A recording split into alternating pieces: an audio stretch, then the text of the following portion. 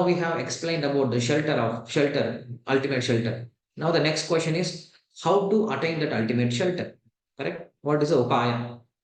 We know upaya. Upaya means that is the Lord. Sorry, the goal. Now the upaya, the means to attain that upaya is given. How to attain that Lord? So 18, 19, and 20, and few more namas will describe what the upaya, how to attain that Lord, how to attain that shelter, ultimate shelter. So 18th nama is yogaha. Yogaha means auspicious place for meditation. Yujjate prapyate anena iti yogaha. Lord is called yogaha. Why? Because he is the mean to attain him. To attain Swargaloka, Karma Yoga is the mean. To attain Siddhis, meditation is the mean. But to attain the Lord is the mean. There is no any other mean to attain the Lord. So he is the mean and he is the way and he is the goal also. Yujjate prapyate. Because Lord doesn't depend on anything else to make a soul attain him. He is completely powerful enough to show a way to attain him. He doesn't need any other way. So that's why he's called yoga. He is the path of attaining him. Asya eva nirupadika mukti upayatvam api bhaktihi. He does not need anything else to attain him. That's why he's called yoga. Now, what is mukti? According to Bhagavatam, mukti hitva anyata rupam swarupena vivastitihi. Mukti means giving up our wrong identification. Mukti hitva, giving up. Anyata rupam. Anyata rupam means all other forms, all other temporary forms or false forms. Anyata rupam swarupena, situated in your own rupa, vyavastitihi. So giving up our false identification and being situated in our own identification is called mukti. So false identification means bodily identification, and own identification means I am servant of Lord. As Krishna says, Mamaivamso Jiva Loke Jiva Bhuta Sanatanaha. To understand we are all part and parcel of Lord. This is our real identification. So if you have this understanding, so this understanding itself is called mukti. So this understanding is mukti, not just to reach somewhere. Mukti comes here itself. So jnanan muktihi, Shastra says jnanan muktihi.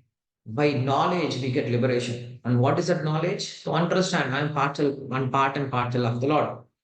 To realize that realization is called mukti. Mukti is not something that we attain after death. Mukti, here itself we can attain mukti just by this understanding. So that for that means is yoga. The Lord is the only means to attain that mukti also. That's why he's called yogaha. He is the way and he is the result. He is the upaya and upaya also. He is the path. He is the means. He is the path and he is the goal also. This doesn't exist in other things like karma yoga, jnana yoga, dhyana yoga. This doesn't exist. Karma yoga is different, the results are different. Jnana yoga is different, the results are different. Dhyana yoga is different, the results are different. But in bhakti yoga, you have already started to get liberated. So in this, we have the upaya and upaya are same. That's why it's called yoga. Krishna doesn't accept others' help. Mamekam sharanam braja aham tvam sarva papebhyo mokshayishyami ma suchaha. Krishna says, Sarvadharman parityajya mamekam sharanam braja. You should surrender unto me only. Krishna is very, very particular about it. He doesn't allow anybody else, only to him. If you want to worship Krishna, worship only Krishna. If you have this desire to worship anyone else, Krishna doesn't accept that kind of worship. Krishna needs ekanta bhakti or abhyavacharini bhakti, unalloyed devotion. He needs pure devotion. Only pure devotion he accepts. If it is mixed devotion, he doesn't even look. So devotion should be completely pure and focused. If it is not focused, if it is little diverted, he doesn't accept it.